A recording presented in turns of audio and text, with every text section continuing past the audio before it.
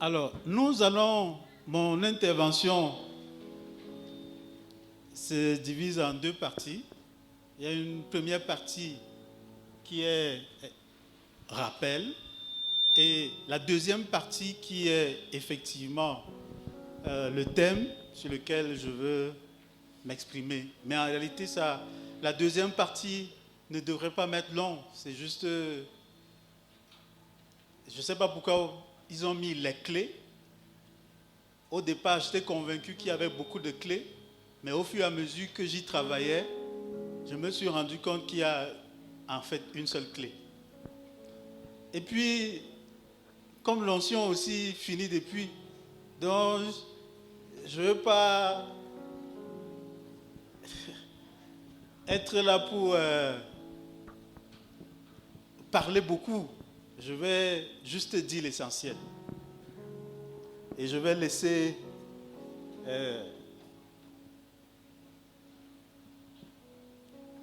l'équipe de la louange nous transporter dans la présence de Dieu comme ils l'ont fait tout à l'heure. C'est l'occasion pour moi de leur dire merci aussi. Alors, en guise de rappel, où dans la Bible nous avons l'expression Rehoboth? C'est dans environ 3 passages dans les Écritures. Le premier, c'est Genèse 26, 21 à 22. Le deuxième, c'est Genèse 36, 37. Et le troisième, c'est 1 Chronique 1, 48.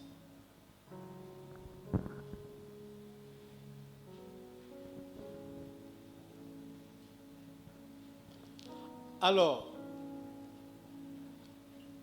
de ces 3 textes, que pouvons-nous retenir?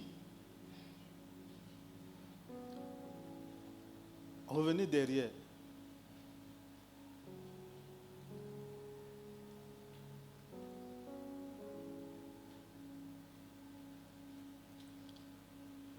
Le premier texte où l'expression Rehoboth sort, c'est en relation au puits que Isaac, je veux dire, a fait creuser.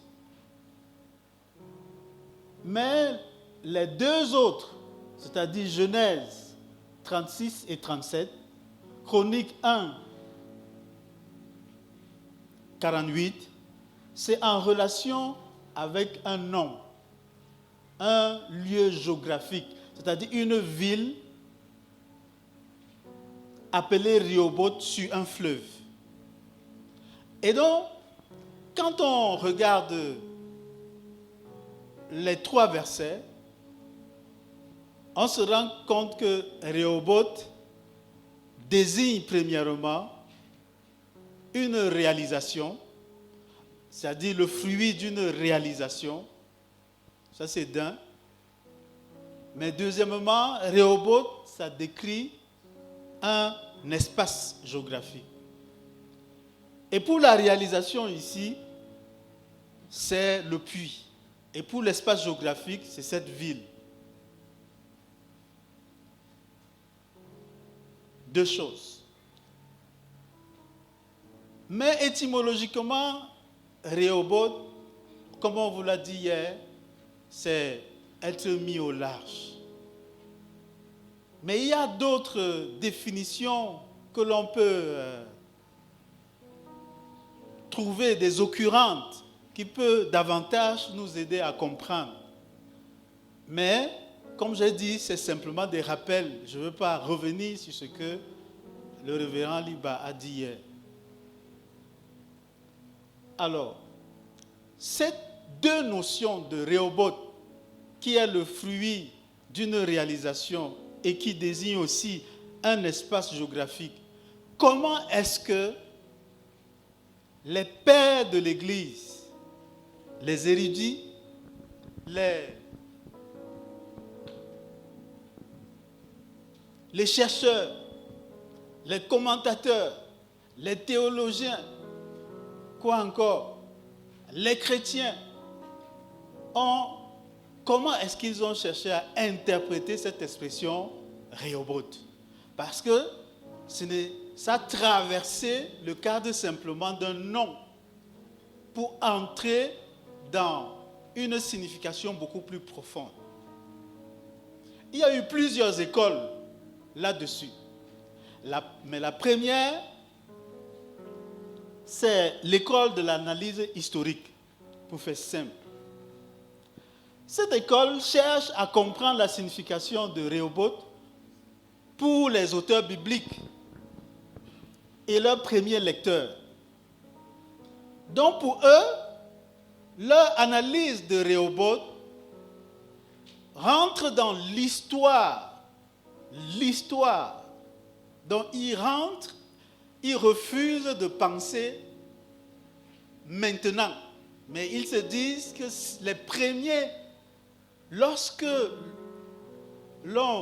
cette histoire se déroulait et qu'il a été consigné dans les Écritures, quel était son objectif?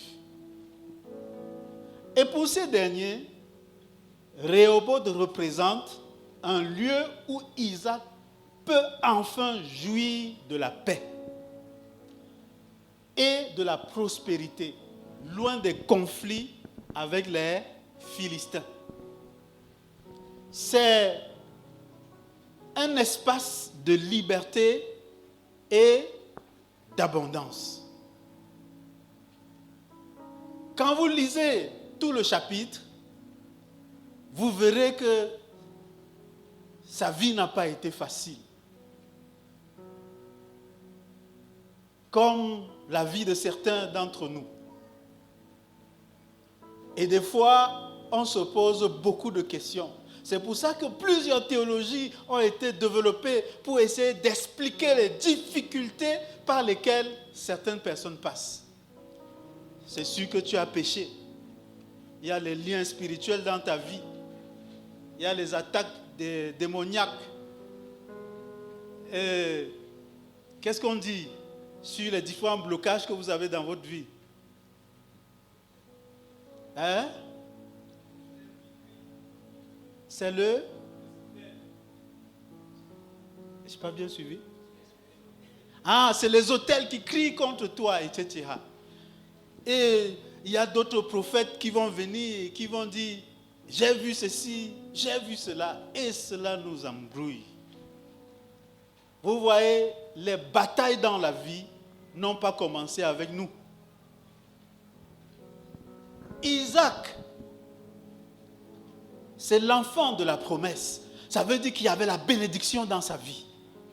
Mais la bénédiction ne l'a pas épargné des combats.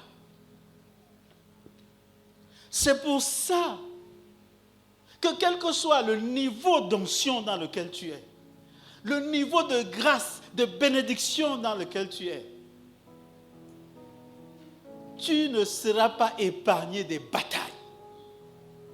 Il faut enlever dans ta tête ce christianisme de « je prie et tout va bien ». Il faut faire très attention. Il faut enlever de ton esprit cette foi qui consiste à croire que pour un type de personne, il n'y a pas de bataille. Pourquoi il souffre s'il était vraiment chrétien? Pourquoi il souffre s'il était vraiment serviteur de Dieu? J'ai entendu ça. Et les gens m'ont dit cela tous les jours, ces derniers temps-ci. Je ne suis pas le premier, voilà Isaac. Moi, mon père, elle est née dans le pays Lamé.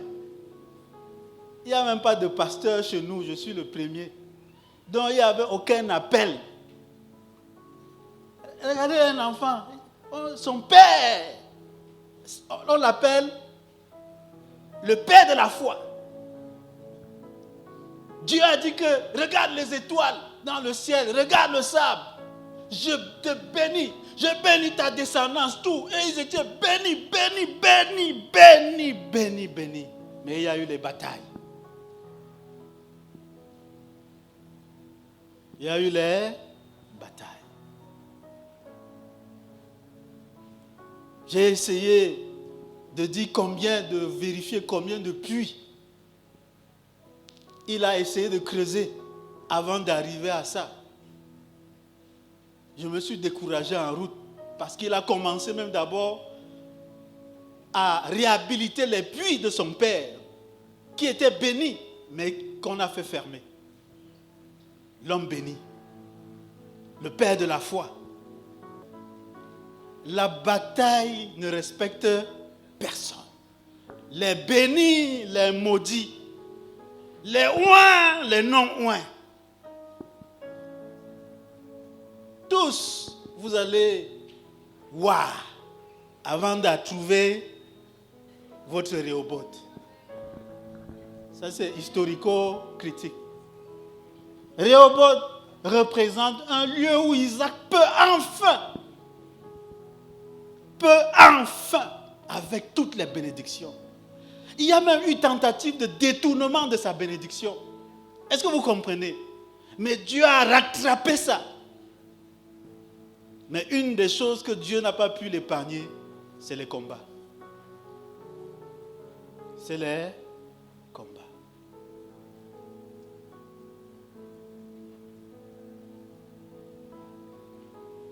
Donc, voilà une idée. C'est plus long, plus profond que ça, mais j'ai voulu faire exprès, faire assez rapidement pour que nous ayons ensemble une idée. C'est juste un petit rappel. Qu'il y a plusieurs angles de lecture de ce texte, ou bien de ce concept de Rehoboth. Il y a plusieurs écoles. Et à la fin, les écoles se complètent.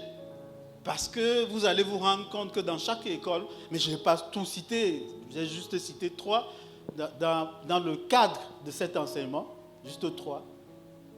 Bon, c'est plus compliqué. Si vous voulez de la profondeur, allez voir Madame Wallankai. Elle vient de valider l'exégèse. Donc, on attend juste la soutenance. Donc, elle va plus vous expliquer la méthode historico-critique. La deuxième école, l'école allégorique, c'est cette école que les pères de l'Église ont utilisée pendant longtemps pour nous expliquer un certain nombre de choses cachées dans les Écritures. Et cette école cherche, il y a une faute là, vous allez corriger après. Cette école cherche à découvrir le sens caché et les symboles des choses. Alors ici, ils ont proposé que le puits représente la foi.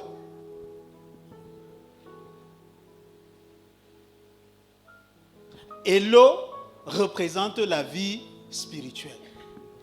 Rehoboth devient alors un symbole de l'élargissement de notre foi et de notre relation avec Dieu.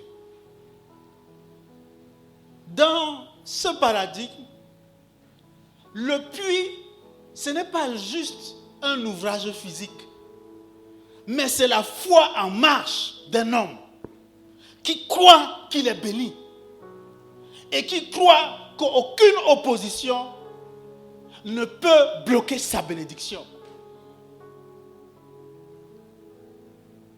Il se lève, il agit, on le bloque.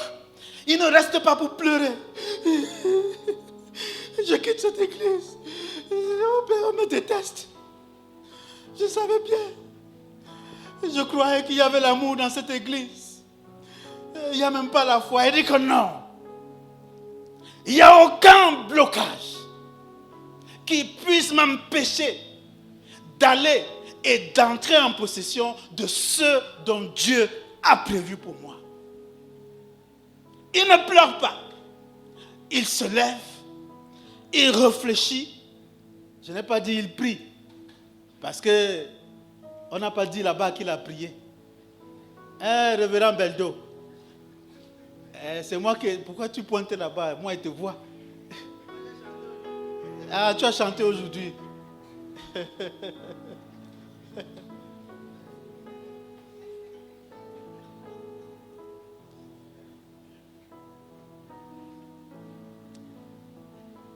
Il n'a pas fait une nuit de prière. Ce n'est pas mentionné. Il n'a pas parlé en langue. Parce que de façon historico-critique, le parler en langue, ce n'était pas encore une réalité existante.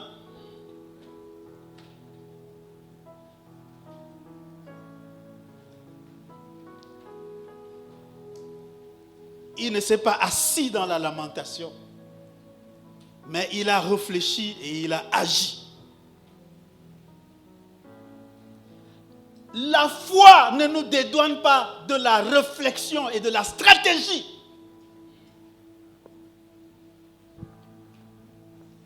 J'ai dit que quoi?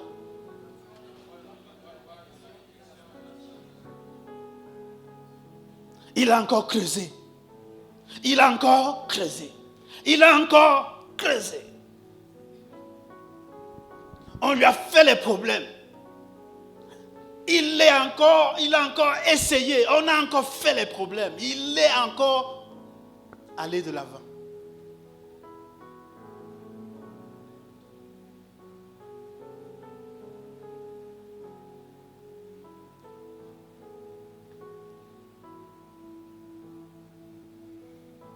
Le puits ici représente donc le résultat de sa foi. Il a cru qu'il est une bénédiction. Son Père est béni. Lui-même, il est béni. Et qu'il ne mourra pas de soif. Il va prospérer. Et il a cru. Et il savait que l'élément de prospérité à cette époque, c'était l'eau. Parce qu'il en avait besoin pour son bétail.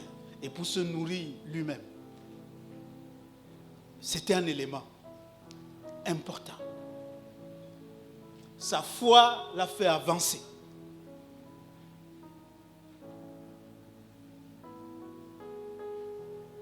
Ça, c'est l'école allégorique. La troisième école, c'est l'école de la typologie.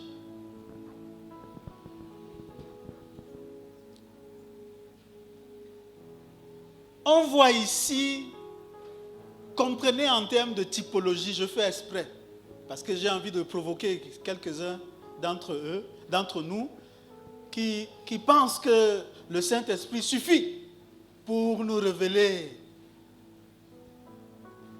tout ce qu'il faut nous révéler. Je reste convaincu que même si tu priais comment, les trois écoles là, le Saint-Esprit n'allait pas te dire ça.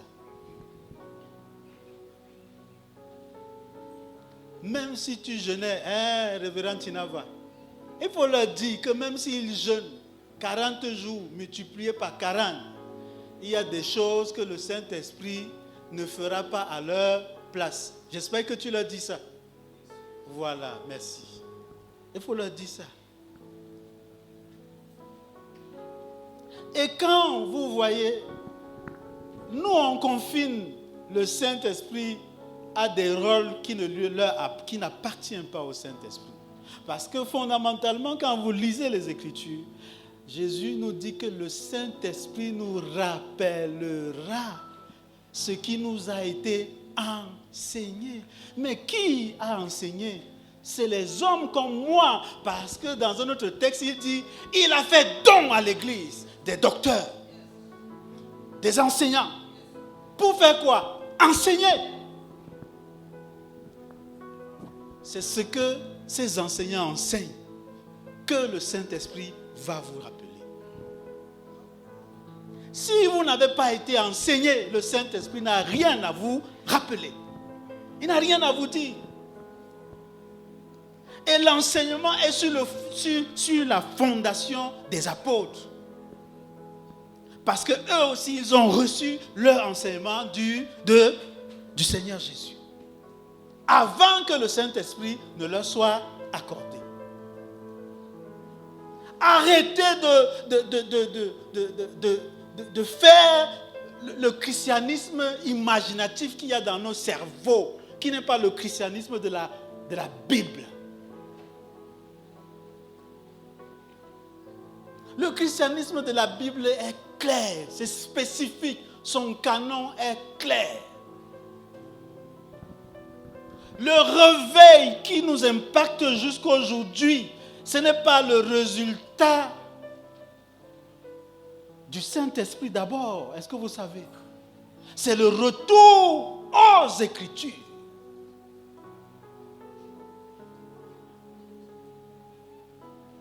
C'est lorsqu'on rentre aux Écritures que le Saint-Esprit peut nous prendre en charge.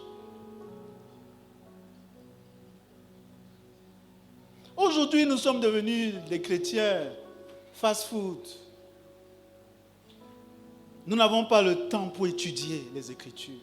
Nous n'avons pas le temps pour nous asseoir auprès d'un maître pour nous enseigner un certain nombre de choses. Tu ne vas pas grandir. Le christianisme est devenu une performance, un spectacle. Le christianisme, ce n'est pas du spectacle. Ce n'est pas de la performance.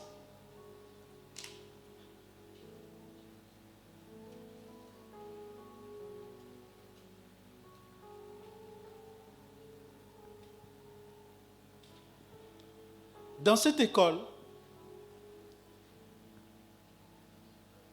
on voit la préfiguration des réalités chrétiennes. C'est-à-dire que le puits là, il ne faut pas voir cela comme puits, comme un ouvrage physique, comme je le disais tout à l'heure, ou plutôt comme simplement un élément de foi. Mais il préfigure le puits ou, parce que Rehoboth c'est deux choses, le puits ou une ville, un espace. Mais ces deux éléments préfigurent des éléments symboliques que Christ devait amener en existence. C'est pour ça que le puits préfigure d'abord Christ, puisque lui, il a dit, ceux qui ont soif, qu'ils viennent et qu'ils boivent. C'est ça, n'est-ce pas? Mais jusqu'à l'autre lui a dit, la femme là lui a dit que tu n'as même pas le seau pour puiser, tu n'as rien. Tu dis que tu vas me faire boire jusqu'à ce que je n'aurai plus soif. Vous voyez que Jésus représentait déjà ce puits qui devait étancher la soif pour toujours. Il est le puits, c'est le type Christ. D'où l'expression typologie.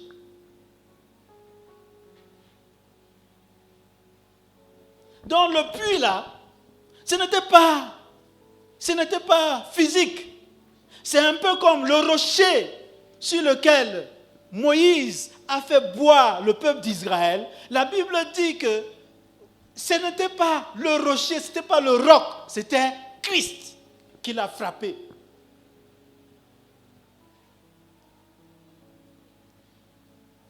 Donc vous voyez, si on reste dans l'angle de cette école, on va se rendre compte que, en fait, les obstacles que Dieu a permis dans la route de Isaac avaient un seul objectif, le faire rencontrer Christ.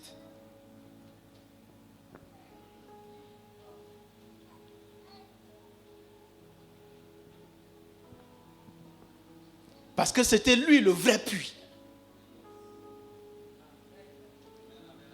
Parce qu'il a commencé par creuser le puits que son père Abraham avait creusé. Et ça, c'était humain. C'est pour ça que ça n'a rien produit. Il allait encore essayer un autre. Ça n'a rien produit. C'est quand lui-même il se rend compte que ce puits a des caractéristiques spirituelles uniques. C'est pour ça qu'il dit que cette fois-ci, c'est mon Rehoboth. Parce que ça a une valeur christique. Ça a la valeur de Christ. Il a su discerner cela.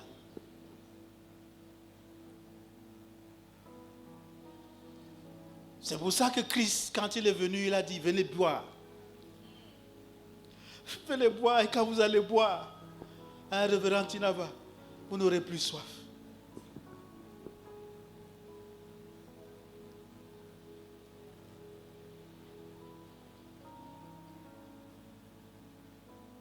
Mais Christ ne s'est pas arrêté là.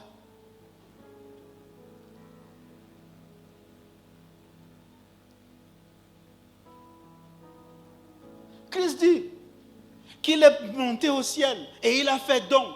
Il a envoyé à l'église quoi?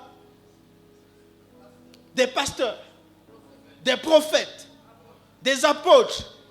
Eux aussi sont des puits.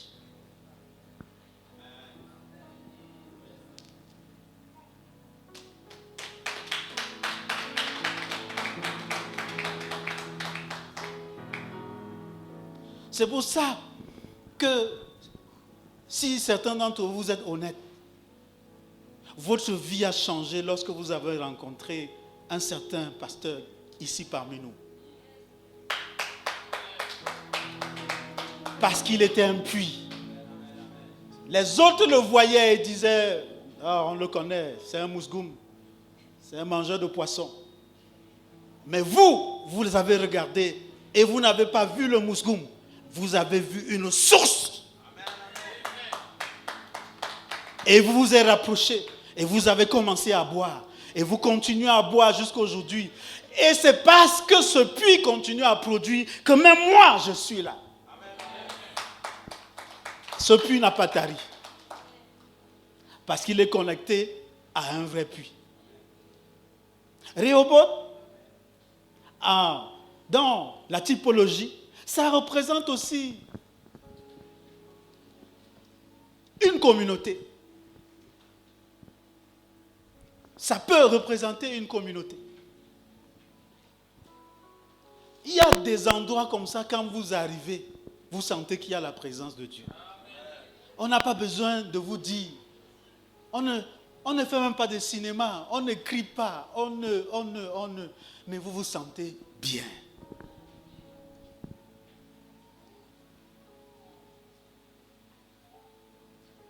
C'est pour ça que l'autre a eu cette expérience. Il est arrivé et dans cet endroit, on dit que Moïse est apparu. Les prophètes, là, les anciens prophètes ont apparu.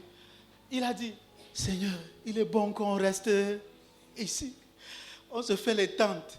Une pour toi, une pour. Et lui-même, il s'est exclu. Et quelqu'un a dit qu'il a fait exprès.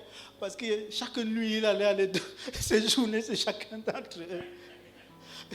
Parce qu'il a découvert que ce lieu-là est un bon lieu où des personnes d'une certaine qualité se réunissent. Et c'est pour ça que, plus loin, un autre va dire, n'abandonnez pas vos assemblées. Parce que ce n'est pas dans tout lieu où il y a la bénédiction. Yes. Dis ça aux voisins. Ce n'est pas dans tous les lieux où il y a la bénédiction.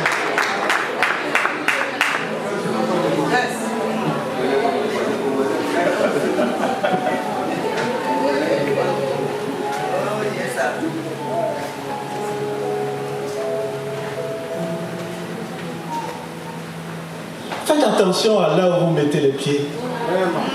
Ça peut vous détruire comme ça peut vous élever. C'est pour ça que vous ne me verrez pas beaucoup dans des endroits ici depuis que je suis à Gambélé. Très sélectif. Parce que je connais cette loi.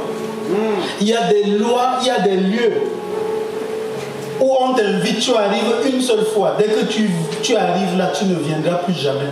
Parce que c'est le jour aussi de ta mort.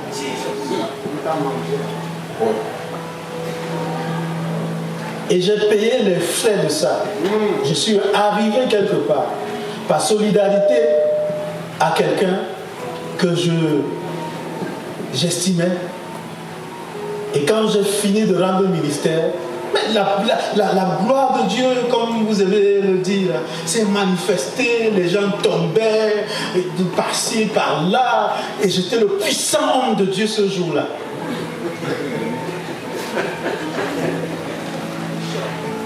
Mais, quand je descendais de la chair, j'ai entendu une voix qui me dit, fais attention. Mais, quand on a été puissant comme ça, là, est-ce qu'on fait attention? On a envie de dire au Saint-Esprit que tu ne sais pas que c'est moi qui viens de renverser tel. Hein, comment tu peux me dire que moi, là, je fasse attention?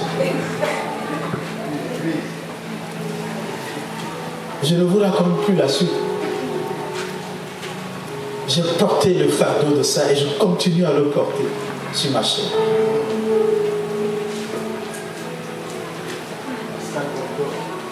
Donc, peut-être que pour certains, ils pensent que quand on est devenu très sélectif par rapport à un certain nombre de choses, c'est pas lâcheté, ou bien parce que la vie nous a dépassés, machin, ceci. Non. Vous voyez les pères là, ils s'asseyent là, ils nous regardent souvent faire certaines choses là. Ils sont calmes. Ils connaissent. Ils ont bu l'eau là avant toi. Ils savent ce qui est vrai et ce qui n'est pas vrai. Ils connaissent certains détails. Ce n'est pas la force qui leur manque. Ce n'est pas la voix qui leur manque. Faites très attention, chers amis. C'est pour ça que vous verrez que si vous êtes attentifs, ceux qui se développent vite dans certains éléments de la vie, ce sont ceux qui marchent avec ceux qui ont un certain niveau de sagesse dans la vie. Je n'ai pas dit d'intelligence, mais j'ai dit de sagesse. De sagesse.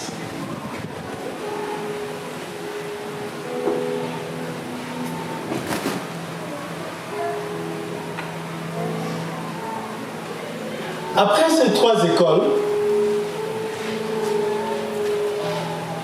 je vous propose d'autres regards de ce que peut représenter Rehoboth.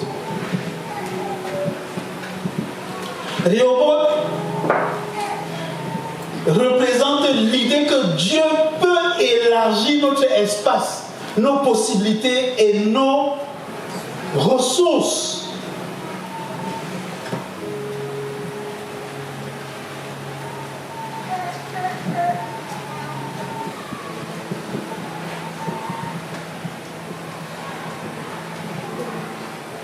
C'est une vérité que ce texte est en train de nous présenter.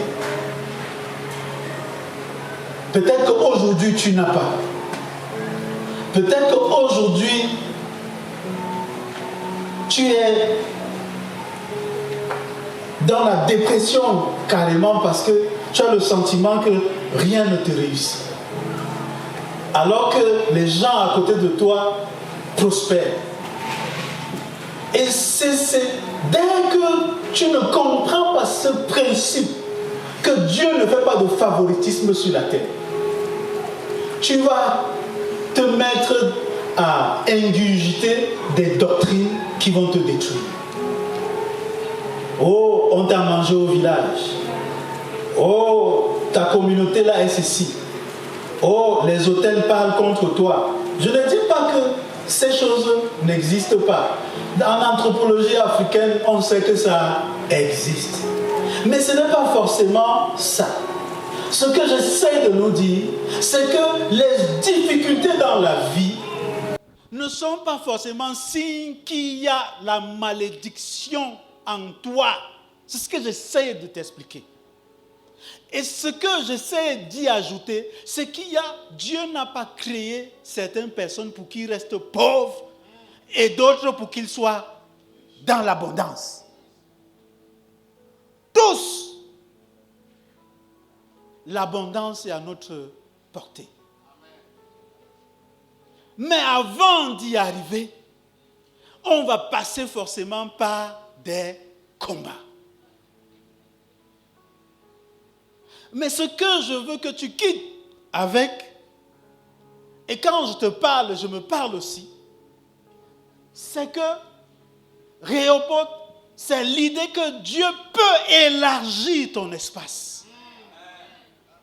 Malgré le fait que tu n'aies même pas 5 francs là où tu es. Tu n'arrives pas à payer ton loyer. Tu n'arrives même pas à nourrir ta maison. Je suis témoignage de ça. Nous arrivons dans la ville de Ngaoundéré juste avec nos enfants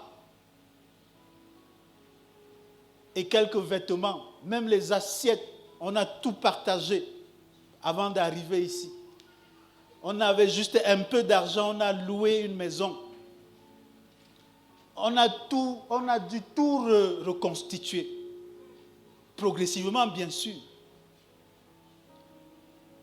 Ma femme décide d'inscrire ses enfants quelque part là-bas, dans une école là-dedans. Elle se rend compte qu'elle n'est pas satisfaite de l'enseignement qui est donné. Elle dit, je vais créer l'école. Mais manger, on n'arrivait pas à manger. Tu vas créer l'école.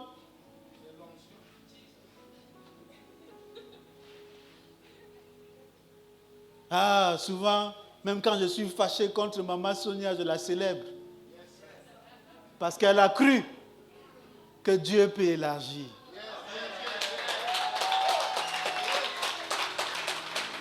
Et d'ailleurs, je ne pouvais même pas la retenir. J'ai seulement dit que maman, vas-y. Elle s'est levée et elle est partie à l'inspection. Avec 0 franc, elle arrive devant le délégué. Elle dit que quelles sont les conditions pour créer l'école. Le délégué lui dit, mais madame, vous avez une bonne vision. Il discute là-bas. Le délégué sort une feuille là-bas. Il saisit un truc. Création d'une école de parents. Et au nom de madame Pokam Sonia, épouse Kai. Il dit que va lancer l'école. Elle vient me trouve avec le papier que le délégué a dit qu'on lance. J'ai dit qu'on lance où?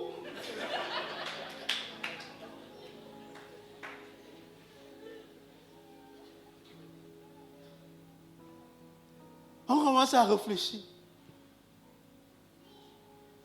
Comme l'église était collée un peu à nous, on dit que commençons alors à l'église. C'est comme ça que la petite chapelle dans laquelle est devenue salle de classe. Aujourd'hui, ça fait 10 ans que Jardin d'Éden est fonctionnel, sans avoir acheté de terrain. On a déjà nos premiers BEPC. Et parmi nos premiers BPC, notre fille qui faisait partie de la vision que ma femme a eue parce qu'elle ne voulait pas que son enfant subisse un type d'école, elle fait partie de ceux qui ont eu le BPC cette année. Nous sommes devenus une source de bénédiction pour des parents qui ont beaucoup d'argent. Nous, sans argent, sans terrain, rien.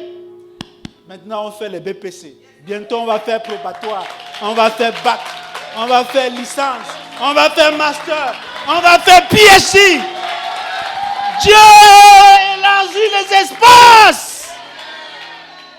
Sans argent. Je suis témoin vivant. Je finis là, vous montez dans le taxi. Jusqu'à aujourd'hui, je marche encore à pied. Vous montez dans le taxi. Je ne vais pas vous montrer l'école.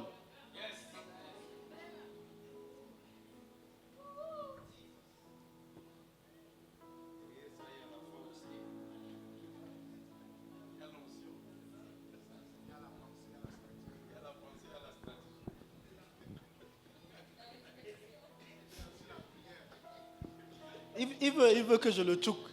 Mais je ne vais pas le tchouker aujourd'hui.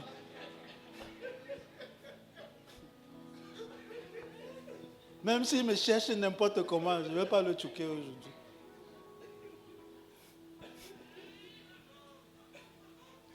Dieu peut élargir notre espace, nos possibilités, nos ressources. Il faut rentrer avec cette pensée. Quand nous avons lancé l'école, on a commencé, notre capital, c'était nos 2 enfants à cette époque-là, Uriel et Ketia. Puis il y a un frère qui est censeur. Jean-Jacques Apoamoun, que vous connaissez bien, lui aussi il était en colère parce qu'on n'éduquait pas bien ses enfants dans cette école-là. Dès que ma femme lui a dit que j'ai l'intention de lancer l'école, il a dit, je sors même tous mes enfants, tu les enseignes à la maison. Elle a dit que non, attends d'abord le père, allons-y doucement. Il a dit qu'il n'attend pas. Il a envoyé, jusqu'à elle a dû lui dire que non, attends, commençons par le jardin. Et une autre qui est Maggie, Sinota Marguerite, qui a appris que Jean-Jacques Apoamoun a envoyé ses enfants dans l'école qui est l'église de Martin-Caille. Elle travaille à l'université, elle a réfléchi, elle a dit que si un censeur qui connaît la pédagogie enlève ses enfants dans l'école normale et envoie là-bas, c'est sûr qu'il a vu quelque chose. Elle aussi, elle a dit, j'envoie mes enfants. C'est avec, je crois, 5 enfants que nous commencions cette école. Sans argent.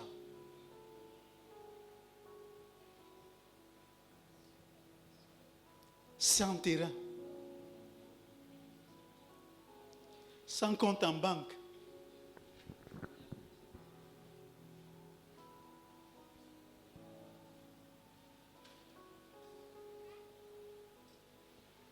Rehoboth symbolise la victoire sur les difficultés et les conflits suite à la persévérance. Il y a eu il a essayé de réhabiliter le puits de son père. Ça n'a pas donné. Il allait creuser, on lui fait des problèmes. Il va encore creuser un autre, on lui fait des problèmes. Il ne s'arrête pas, il persévère. Il persévère.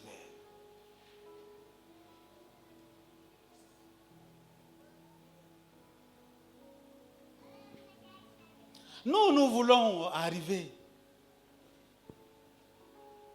en esquivant les difficultés. Ce n'est pas possible.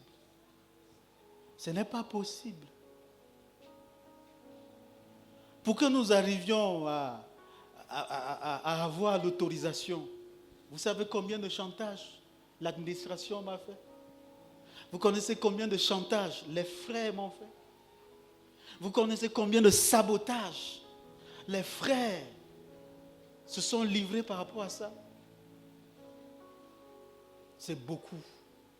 Ce que tu as fait, on met ça sur ta tête. Ce que tu n'as pas fait, on met ça sur ta tête.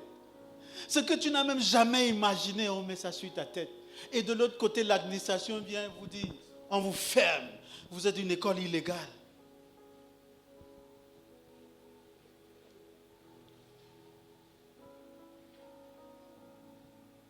Les cheveux blancs là, ce n'est pas la qualité des patriarches là. C'est le stress lié aux épreuves, aux difficultés par lesquelles je suis passé et que je continue à passer. Pour ne parler que de ce projet. Chaque mois, un pasteur comme moi, sans salaire, je dois trouver chaque mois au minimum 700 000 francs pour payer les gens.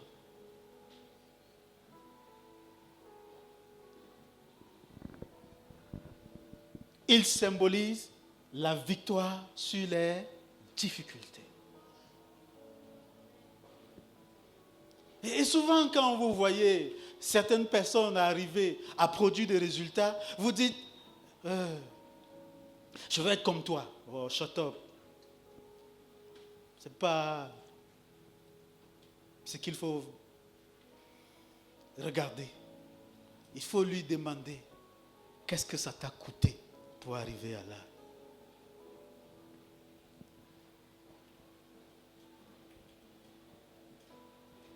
Qu'est-ce que ça t'a coûté?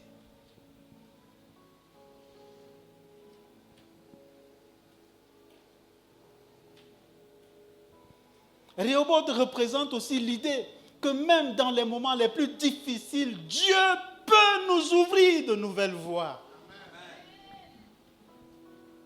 Dieu peut nous ouvrir de nouvelles voies.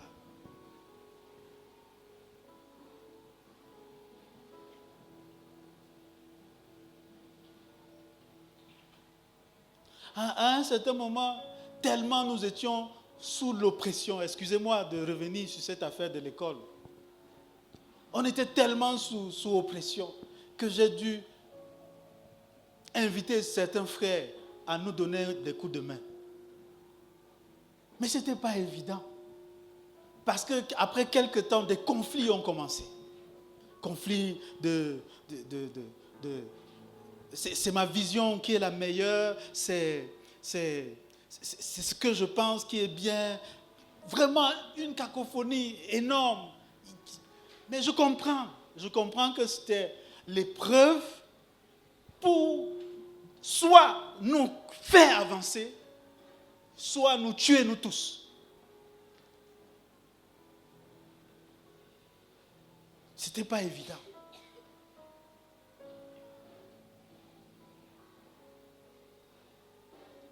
Mais Dieu, dans sa grâce, a manifesté en abondance vraiment ses largesses. Il y aura toujours une voie qui va s'ouvrir lorsque d'autres voies se ferment. Et certains pensaient que je faisais exprès. C'est quand vous voyez un leader, méfiez-vous des préjugés rapides. Que oh, vraiment, c'est parce qu'il ne connaît pas faire ça, que c'est pour ça que les choses échouent. Non, ça n'a rien à voir avec s'il connaît ou s'il ne connaît pas. Tu peux enseigner sur le leadership, mais le jour où Dieu décide qu'il te met sur le chemin de ton Rehoboth, il n'y a plus aucune logique du leadership qui marche comme tu penses. Tu mets en œuvre tout, ça ne marche pas. Dès que tu sors, tout le monde t'engueule. Tu dis que je vous ai même fait quoi? Vous voyez, quand vous lisez le texte, il engueule Isaac et ses serviteurs jusqu'à dire que c'est notre eau. Alors qu'avant, il n'y avait même pas l'eau là. Mais dès que l'eau commence à sortir, ils disent que c'est notre eau.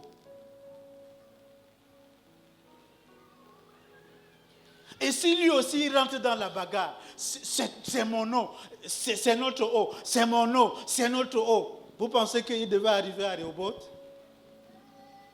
Il ne pouvait pas arriver. C'est pour ça qu'il y a certains conflits quand ça se déclenche. Certains d'entre nous, nous taisons.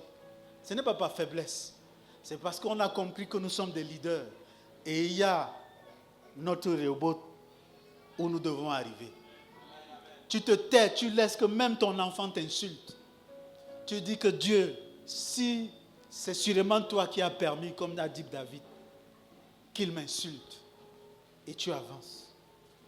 Si tu es tout le temps en train de réagir et de te mettre en colère parce que ton enfant t'a insulté, un que tu as même nourri, va t'insulter sur la nourriture alors que quand il venait, même manger, il ne pouvait pas manger. Il va t'insulter sur ça. Ne tiens pas compte de ces injures. Avance. Il y a plus grand. Tu as Jésus à rencontrer à Rehoboth. Il y a toujours des voies que Dieu va ouvrir, des nouvelles que tu ne peux même pas t'imaginer. Même pas à t'imaginer.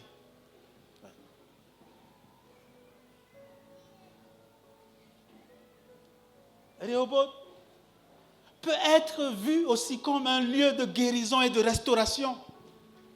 Parce que quand Isaac reçoit l'eau qui coule de ce puits-là, il sent la paix. Et la paix, c'est l'apaisement. C'est ça, n'est-ce pas? Ouais. Tu sens comment cette eau lui fait du bien. Rehoboth, c'est le lieu où la restauration commence.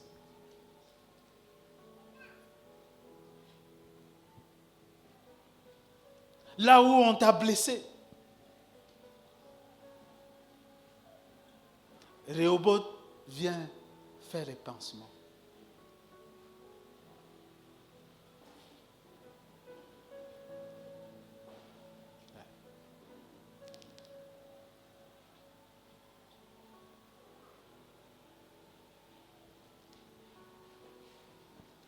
Rehoboth, c'est un espace d'épanouissement.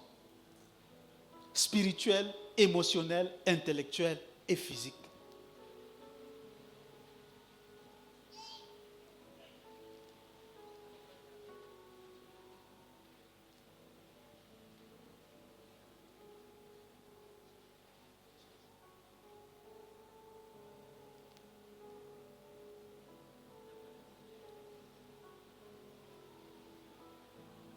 Je veux quand même dire, même si ça peut gêner certains, que j'insiste là-dessus. Quand je suis arrivé dans la ville de Ngaoundéré, moi je n'avais aucun contact avec votre pasteur. Hein. Aucun. Étudiant, lui, il avait commencé l'œuvre de Dieu à plein temps pendant longtemps. Moi, j'étais encore étudiant et lui, il était déjà engagé dans l'œuvre de Dieu. C'est vrai que parallèlement, j'étais très engagé par rapport à un certain nombre de choses, mais lui et moi, on n'avait jamais collaboré véritablement dans l'œuvre de Dieu. Il y a des gens comme ça que quand tu rencontres sur ton chemin, ta vie, ça pèse. J'entre véritablement en contact avec votre pasteur visionnaire. À travers qui? À travers le révérend Walnankai. Qui lui aussi, on se connaissait. À l'époque, juste étudiant, mais en distance. C'était ça, n'est-ce pas? Comme ça. Mais cette fois-ci, lui aussi, à travers un de ses amis. Et c'est comme ça que il m'introduit à l'école de mission. Je ne sais pas quel argument il avait donné au pasteur visionnaire.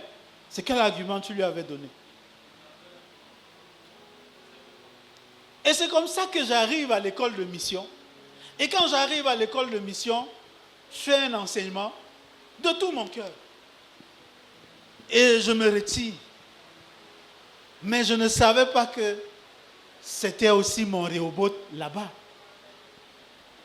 Parce que dans la ville de Ngaoundéré, pour tous ceux qui me connaissent, vous ne me verrez nulle part.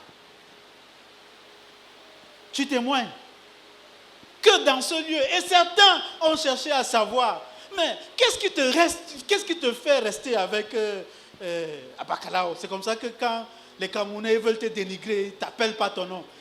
Tu fais même quoi avec Abakalao? et je les regarde.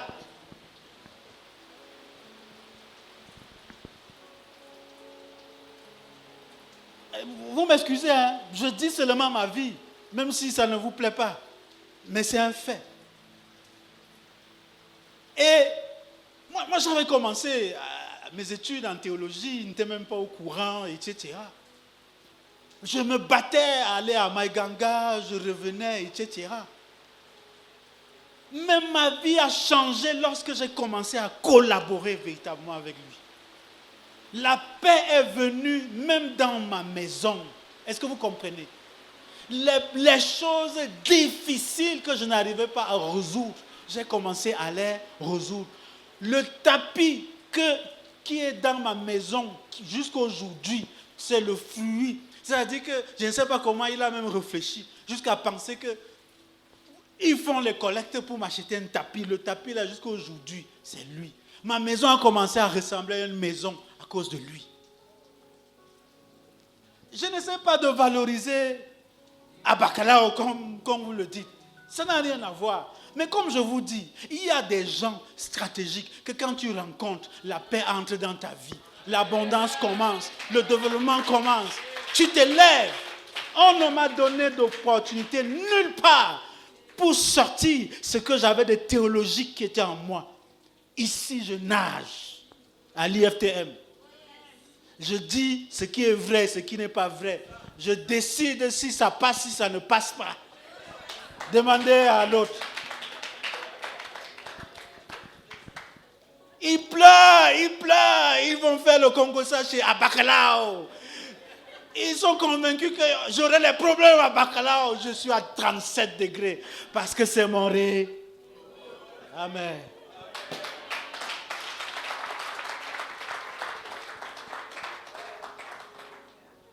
Je dis ça pour qu'ils entendent bien.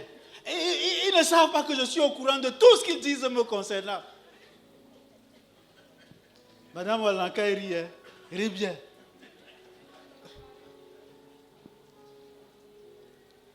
C'est pour ça que je vous ai dit à l'entame, ce n'est pas vers toute personne avec qui il faut se lier.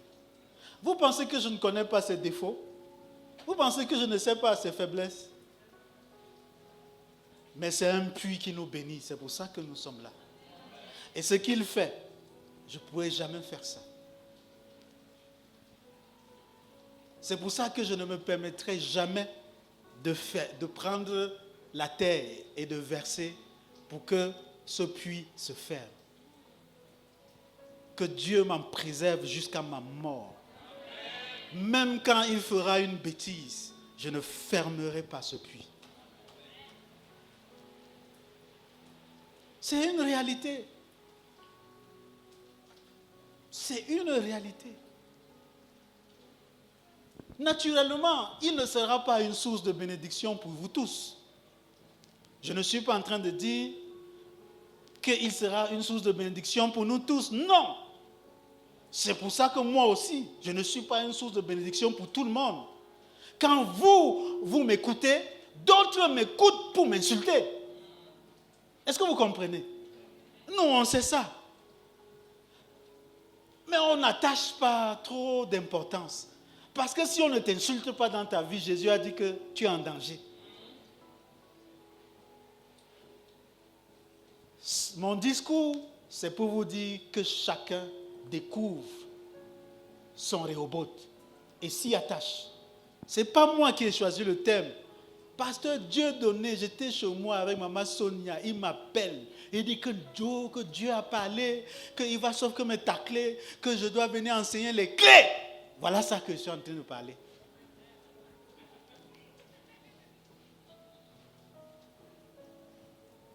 Rehoboth, c'est un espace d'épanouissement. Je me sens épanoui à chaque fois que je viens à la conférence de restauration.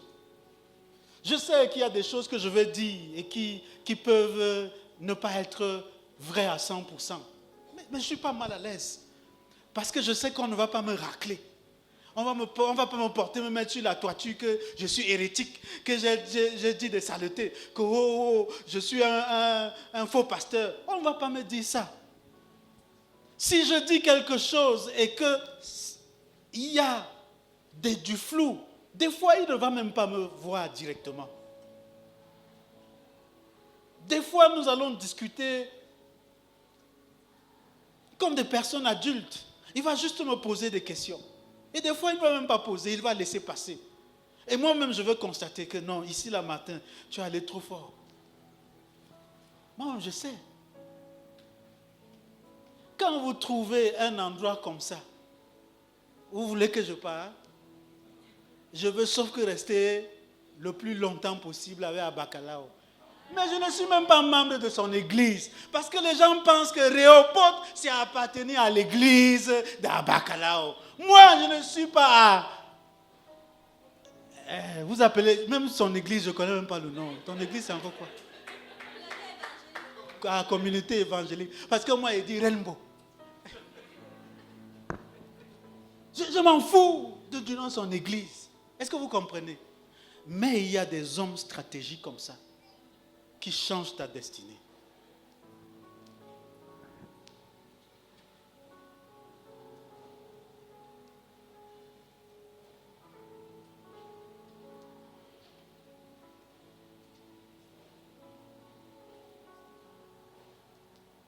Et à travers lui, je vous ai connu. Et vous êtes une grosse bénédiction pour moi. Dans cette ville de Ngandéré, il n'y a pas un seul endroit que j'aille et que je ne rencontre pas l'un d'entre vous. Des fois, comme je crois que c'est hier, j'étais quelque part et quelqu'un me salue. Je dis, je ne connais pas ton visage. Il dit, conférence de restauration. Je dis, waouh. Parce que c'est le lieu où, pratiquement depuis 10 ans, que vous allez entendre ma voix crier fort. Dans la ville de Ngandéré. Et je le fais sans m'inquiéter.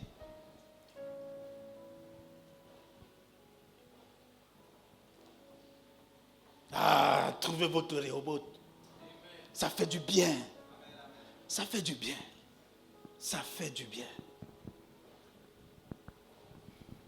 Je peux l'appeler et lui dire, oh, Sonia m'a fait ceci. Oh, vraiment, ma jeune ceci. Et je sais qu'il ne me détruira pas.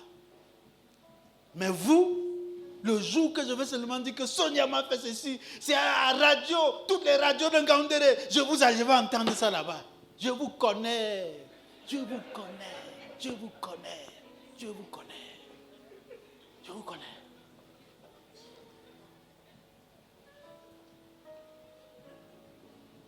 Hein, vraiment, tu vois, le pasteur Martin, j'en avais même confiance avec lui, mais vraiment il m'a déçu. Regarde ce qu'il est venu me dire.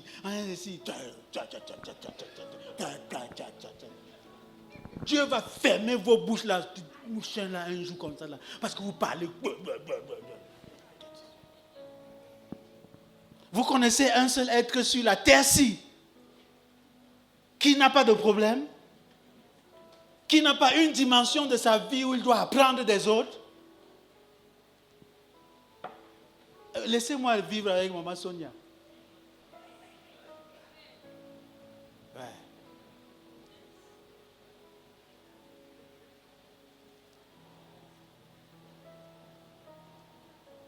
Et je bénis Dieu. Aujourd'hui, il y a des papas que j'ai pu rencontrer à travers la connexion que j'ai eue avec le pasteur Bakalawa. C'est des personnes à qui je peux faire confiance. Et ils ont dû même intervenir plusieurs fois dans certaines choses très intimes de ma vie. Si c'était vous, ce que vous m'aviez dit, a détruit ici, là. Or, avec eux, je peux faire une connerie et je sais qu'ils n'ont pas besoin de me soutenir dans la connerie. Mais ils me comprendront, ils me redresseront quand ils peuvent. Et lorsqu'ils estimeront qu'il faut qu'ils se taisent et qu'ils soient patients envers moi, ils le feront. Et ils sont là parmi nous. C'est parce que j'ai trouvé ce lieu. Je dis bien sans être dans cette communauté.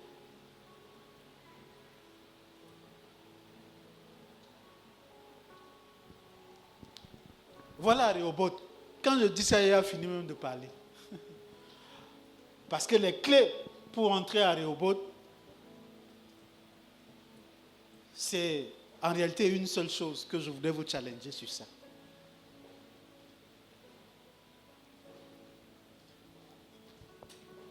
Comment faire pour accéder à son Rehoboth?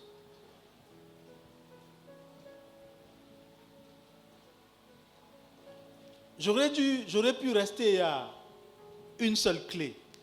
Mais pour essayer davantage de donner des explications à ce que je pense être là où il faut insister, je me suis dit, je vais élaborer 2 clés. La première, c'est le renouvellement de l'intelligence pour recommencer à voir. Et la deuxième clé, c'est la constance de l'effort dans le temps et une bonne attitude de cœur. En réalité, les deux font une clé. Mais c'est juste pour l'intérêt du discours que j'ai mis en 2. Alors, quand la question s'est posée à moi, j'ai dû me poser une seule question. Pourquoi Isaac, lui, il a réussi à persévérer alors que son père n'était plus là? Il n'avait plus un leader qui lui donnait l'orientation. Comment il a su qu'il faut persévérer? Vous me donnez la réponse? Comment il a su qu'il fallait persévérer? La réponse est simple. C'est l'éducation de base.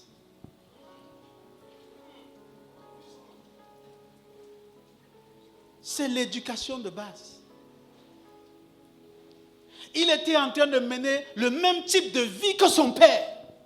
Et il avait vu son père agir pour garder le troupeau. Il avait vu son père agir pour garder la famille. Il avait vu son père agir pour amener la nourriture à la maison. Il avait vu les peines, puisque son père a quitté lui-même, par appel de Dieu, la maison de son père. Il est allé dans un endroit où lui-même, il ne savait même pas où Dieu l'avait amené. Et son père lui a dit, mon fils, Dieu m'a appelé. C'est pour ça que nous sommes en train de passer par là, en train de faire ceci, en train de faire ceci. Puis nous sommes allés ici et il a vu son père marcher, continuer à marcher, les difficultés, le désert, les combats. Il a vu. L'éducation de base était faite. Il n'avait pas besoin du Saint-Esprit pour lui dire que maintenant, va comme ça. Va comme ça. Son éducation de base était la bibliothèque de sa vie. La vie de son père, c'était le livre ouvert. Et il regardait à chaque fois, chapitre tel. Mon père a vécu ceci. Il faut creuser le puits. C'est pour ça qu'il est revenu. Qu'est-ce qu'il a fait? Il a réhabilité le puits. Il a dit, le père avait creusé. Le puits est important. Il faut creuser l'éducation de base.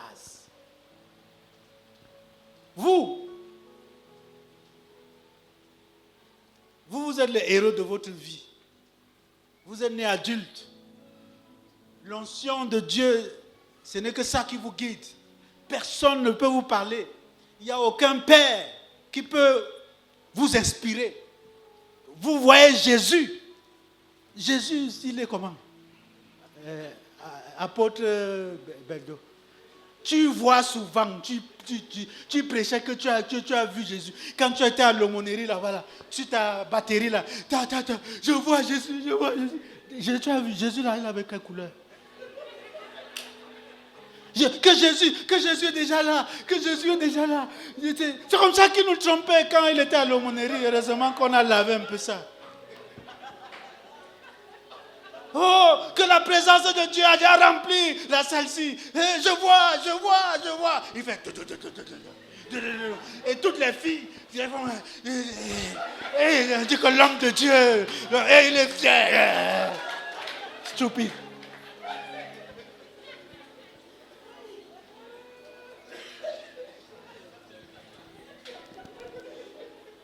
Et personne ne pouvait le parler parce qu'il voyait Jésus. Tu vas me décrire Jésus là, que tu voyais là.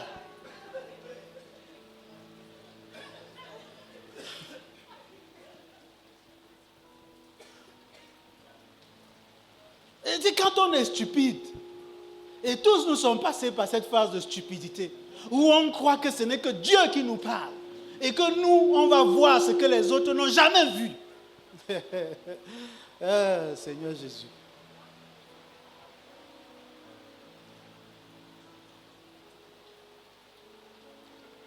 Mais vous, pour plusieurs d'entre vous, l'éducation de base a échoué. Ce n'est pas une insulte, c'est un fait. C'est pour ça que la première clé, qui est le renouvellement de l'intelligence, pour vous redonner encore la capacité à regarder et à voir.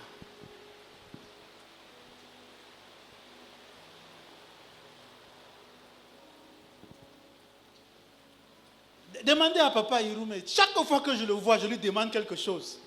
Je suis sage. Parce que tu ne peux pas vivre et atteindre son âge là si tu ne connais pas les secrets de la vie. Est-ce que vous comprenez? Quand vous le voyez marcher là, vous dites qu'il n'a pas l'onction. Il n'a pas l'onction. Il n'a pas l'onction.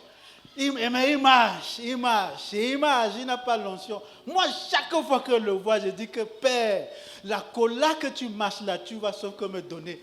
Les autres rient à côté. Je suis sérieux. Je suis très sérieux. Parce qu'il y a les secrets dans la vie. Vous comprenez? Eux là, on ne donne pas ça à n'importe qui.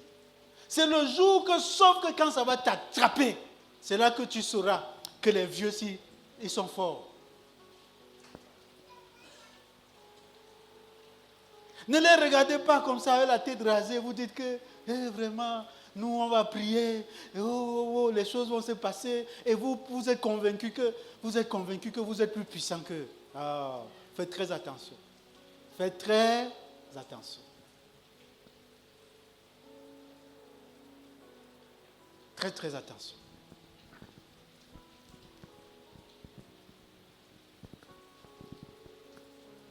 Vous savez qu'il a été malade, non? Malade jusqu'à, il a fait combien de mois? 18 mois. Jusqu'à il sort de la maladie. Vous pensez que s'il est simple? Il n'est pas simple là où il voit. Il est là. Il a les secrets. Parce qu'entrer dans la maladie, 18 mois est ressorti. Il ne ressort pas comme il est. Il a les secrets. Le Père, Wallahi, tu vas savoir me donner ça.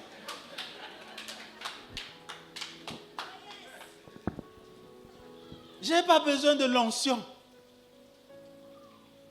Je prends cet exemple pour que vous puissiez comprendre que le secret de notre prospérité, ce n'est pas dans les illusions que nous nous faisons forcément. Dans les prétentions de spiritualité dans lesquelles nous sommes. C'est pour ça qu'une des clés pour entrer dans son Rehoboth, il faut que vous renouveliez votre intelligence pour recommencer à voir. En d'autres termes, il faut accepter de refaire son éducation de base. Mais quel est l'élément sur lequel je voudrais absolument insister? C'est ceci.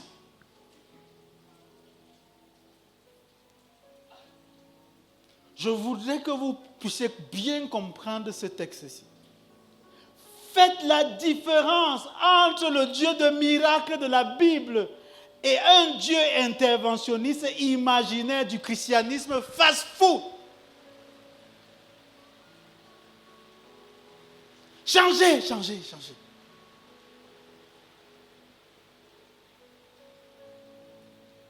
Je ne fais pas ce discours pas parce que j'ai un problème avec les miracles ou j'ai un problème avec l'onction. Ça n'a rien à voir avec ça.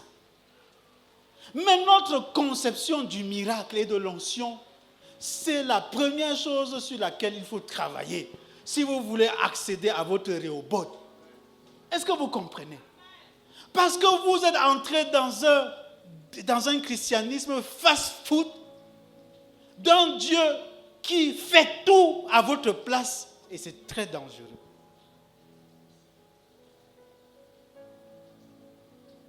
C'est l'une des caractéristiques de cette génération. Malheureusement, sur lequel il faut insister, même si ça ne vous plaît pas. Je vais parler. Allez faire le Congo ça après. Ça ne me dérange pas. Mais au moins, s'il y a une personne qui va comprendre ça, ça peut sauver la vie.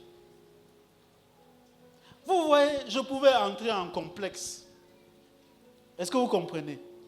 Lorsque j'entre en contact avec votre pasteur à Bacalao, je pouvais entrer en complexe en lui disant qu'il a quoi de supérieur que moi je n'ai pas. Est-ce que vous comprenez? Non, je n'entre pas en complexe. Qu'est-ce que je fais? J'observe. Et je me rends compte rapidement en observant qu'il a quelque chose de spécifique que je me réserve le droit de garder pour moi. Je découvre quelque chose de spécifique et je dis, cette chose spécifique mérite d'être soutenue, d'être encadrée, que je l'aide à porter. C'est cette pensée qui m'anime. Ce n'est même pas que moi je viens recevoir quelque chose de lui. Est-ce que vous comprenez? J'estime qu'il y a quelque chose qu'il porte, qu'il faut porter. Il faut continuer à porter avec lui. Et j'entre dans cet esprit, simplement. Et à partir de ce moment, puisque je me suis engagé, parce que j'ai vu qu'il y a quelque chose qu'il porte, qu'il faut aider à porter avec lui, est-ce que je vais porter et puis je vais frapper ça sur la terre? Vous voyez, les paradigmes avec lesquels on voit quelque chose déterminent aussi le résultat qu'il y aura dans ce que nous ferons. Ne comptez pas sur moi pour détruire l'œuvre que Dieu est en train de faire à travers lui. Que Dieu m'en épargne. Je dis bien que ce soit bien ou mauvais, ce n'est pas à moi de le juger. Mon job, c'est l'aider à porter. Le maître qui l'a appelé va juger ça. Mais mon job, c'est de l'aider à porter.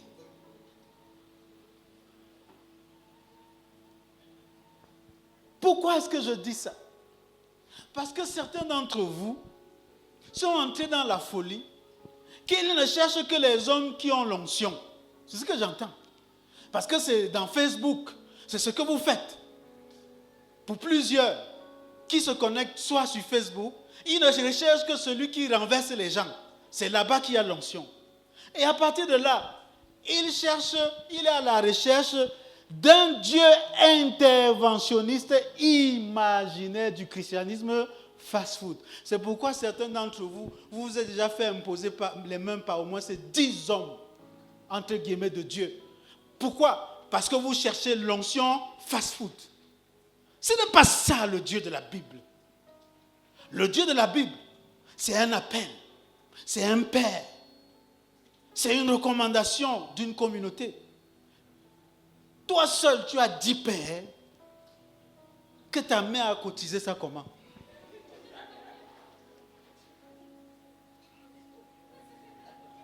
Révérend Tinava, on cotise ça comment?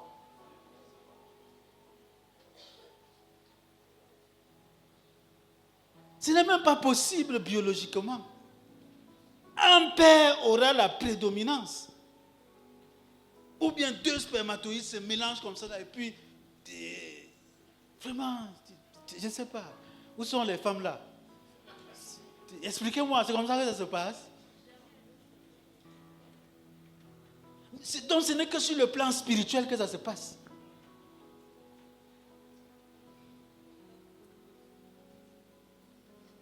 Vous allez passer à côté de votre Rehoboth lorsque vous n'avez pas la capacité de regarder et de voir. C'est pour ça que si le critère qui te permet de regarder que c'est ici qu'il y a ma bénédiction, c'est à travers cet homme qu'il y a ma bénédiction, c'est à travers cette femme qu'il y a ma bénédiction, et que tu te limites simplement sur des critères qui sont humains, tu vas passer à côté. Moi, je fais les champs maintenant. Je suis tout le temps en brousse. Et vous savez quoi? Les meilleurs conseils qui me permettent aujourd'hui de cultiver, de récolter, je les ai reçus des pères. Que quand tu le vois passer là, tu peux même lui dire que lui, il fait même quoi ici? Que les vrais gens viennent au champ, lui aussi il vient. Juste un petit détail, il te dit. Et ça détermine ton succès. Aujourd'hui, quand je les rencontre en route, je les salue avec tellement de respect. Parce qu'eux aussi, ils m'ont observé. Pour voir si je suis insolent. Si je veux être prétentieux en disant que moi j'ai l'argent, je paye les gens pour m'aider à cultiver, etc. Ils ont observé tout cela. Qu'est-ce que je fais? Quand j'arrive au champ, souvent je paye le sucre, je viens et je leur donne. Que ça c'est pour ton sucre, etc. Il a dit que, Pasteur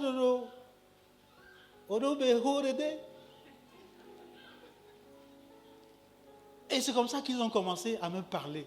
Que pasteur, ne cultive pas ici. Ici, là, à telle période-là, il pleut. Et quand l'eau stagne là, le climat empêche la production des trucs. Je devais faire 10 ans, acheter l'engrais, mettre. Je ne devais jamais y arriver. Juste un petit conseil. Bac. Cette année, je vais récolter au moins 40 sacs. Alors que lorsque j'étais dans ma stupidité, j'ai investi des millions. Il y a une fois, j'ai fait 2 hectares, même pas demi-sac. Je suis rentré avec. Même pas demi-sac.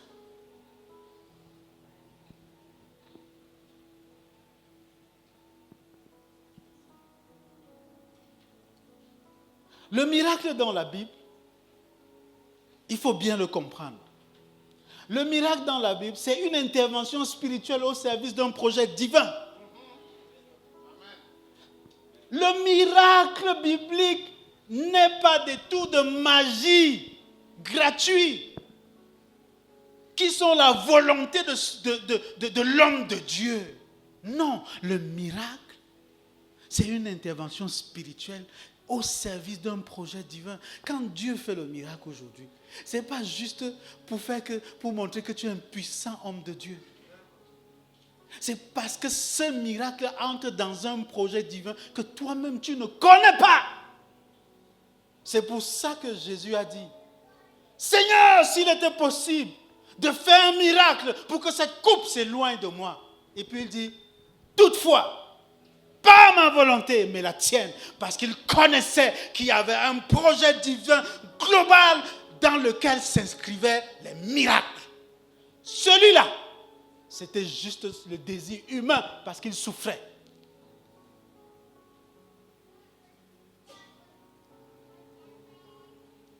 Révérend Tinava, vous m'avez compris? Merci, il faut noter. J'aime le miracle. Mais faites attention. Et vous savez quel est l'exaucement de la prière de miracle que Jésus a reçu le jour-là quand il a dit, s'il était possible d'éloigner cette coupe de moi, toutefois, ta volonté et non la mienne. Vous savez le miracle qui s'est fait? La Bible dit que Dieu a envoyé un ange pour le fortifier. Le miracle, c'était la fortification pour qu'il aille consommer la douleur.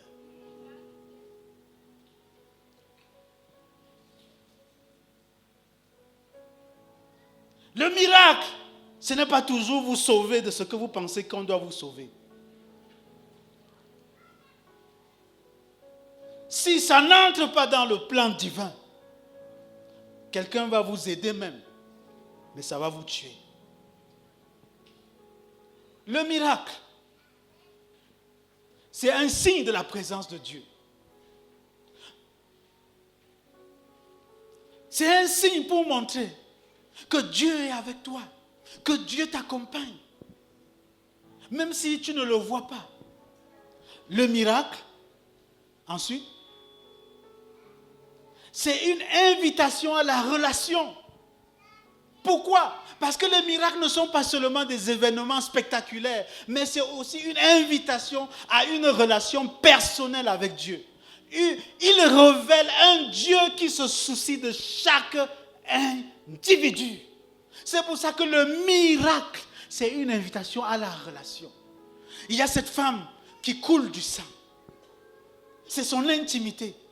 Est-ce que vous comprenez? Ça fait honte. Les femmes savent ça.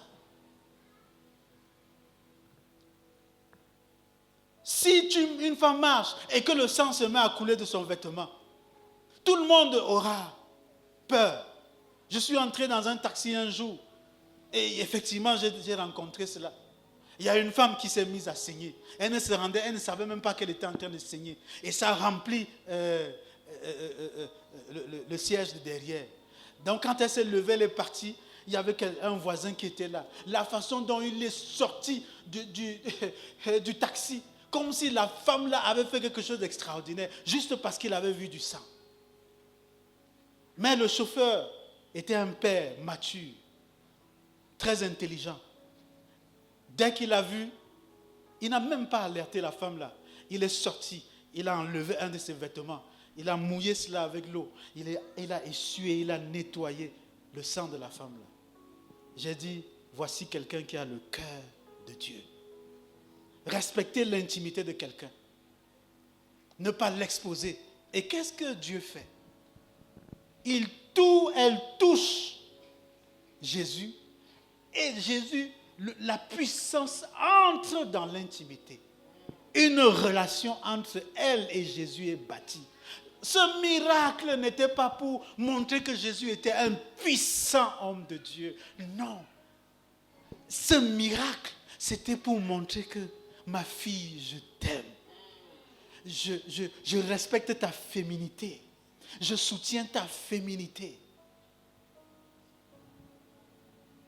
Que je te connais. Que n'aie pas peur. C'est pour ça qu'il s'est retourné et dit, quelqu'un m'a touché. Elle a été prise de panique. Ah! Parce que les pharisiens, ils vont l'exposer d'une certaine manière. Mais lui, Jésus, il n'est pas comme ça. Il a dit que non. Va en paix. Ça, c'est moi qui dis. L'évangile selon Matthieu.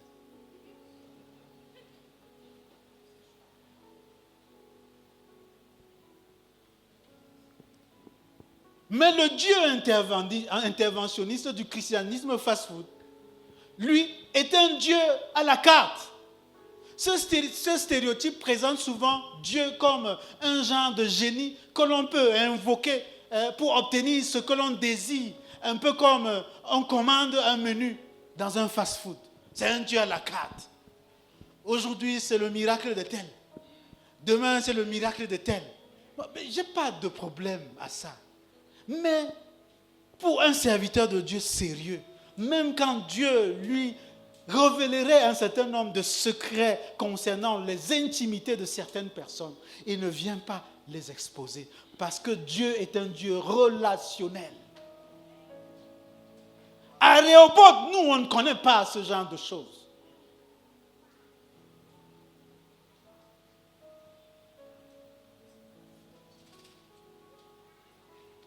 Le Dieu interventionniste du christianisme fast-food se focalise sur la prospérité.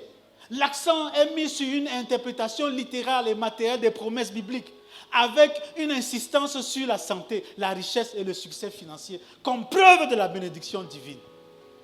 C'est une stupidité.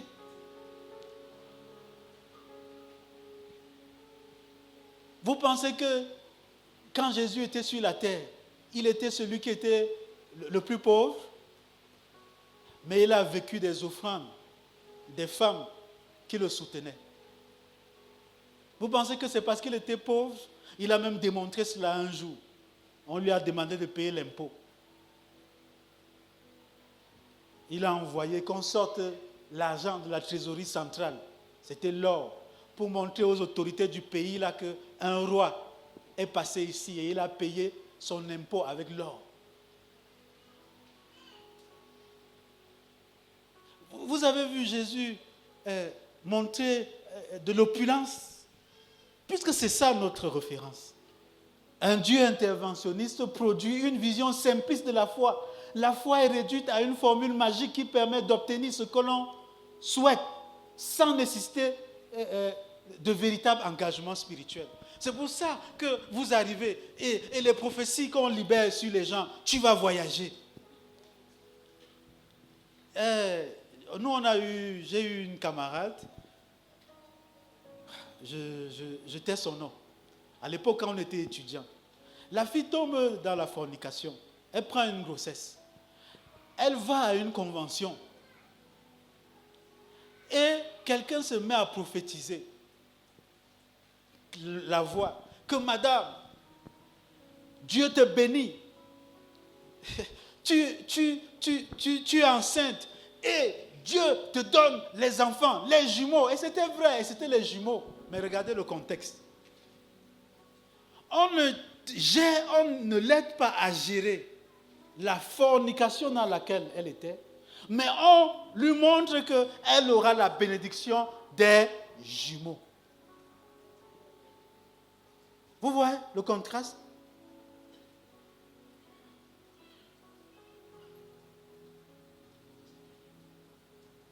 Et nous qui connaissions cela, on était tristes parce que ce serviteur de Dieu ne l'a pas aidé.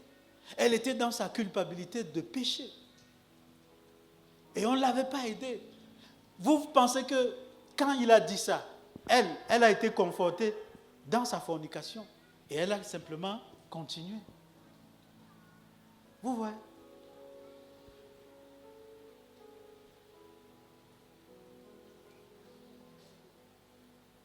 Le Dieu interventionniste encourage les gens à se déconnecter de la souffrance. Il leur fait croire que Dieu, que si tu es vraiment enfant de Dieu, tu ne dois pas souffrir. Que si tu es vraiment béni, tu ne dois pas souffrir. Vous avez vu la vie d'Isaac? La souffrance est liée à la vie humaine. Que tu sois dans la foi ou hors de la foi. Et Dieu, pour certaines souffrances, ne va pas t'épargner. Que tu le veuilles ou pas, que tu pries ou que tu ne pries pas, Dieu ne t'épargnera pas.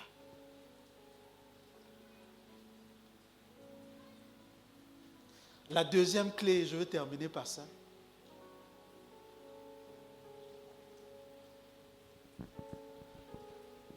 Mieux vaut la fin d'une chose que son commencement. Mieux vaut un esprit patient qu'un esprit hautain. Il y a parmi nous ici, et j'ai eu le sentiment clair, il y a des gens ici qui sont en train de rater leur mariage parce qu'ils ne connaissent pas la patience. Parce qu'ils sont dans un esprit hautain. Pourtant, leur mariage est leur Rehoboth. Faites attention. C'est la fin d'une chose qui est plus importante que le début.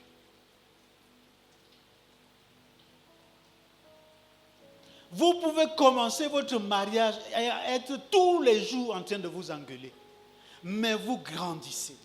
Et après 5 ans, 6 ans, 7 ans, vous formez le meilleur des couples. Faites très attention.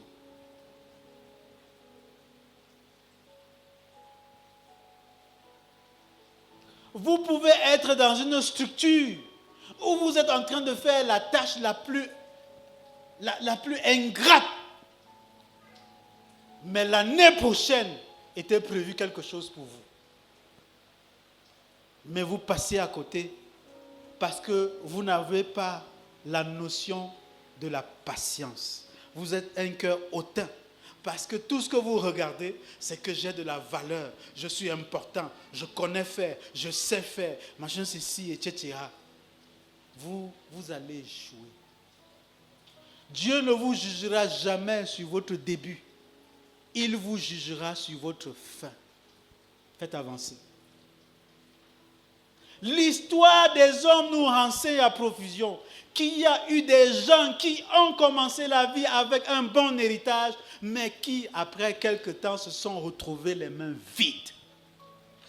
Mais aussi parce qu'ils n'étaient pas à la hauteur de ce patrimoine.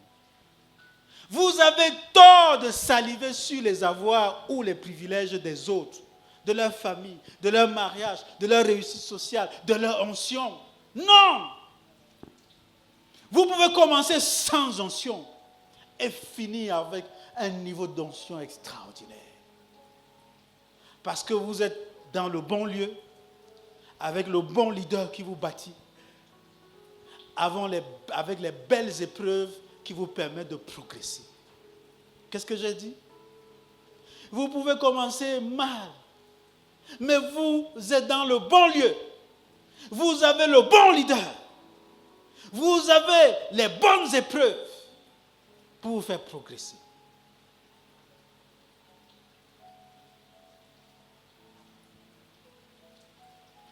Le tout, ce n'est pas de commencer quelque chose, c'est d'arriver jusqu'à la fin.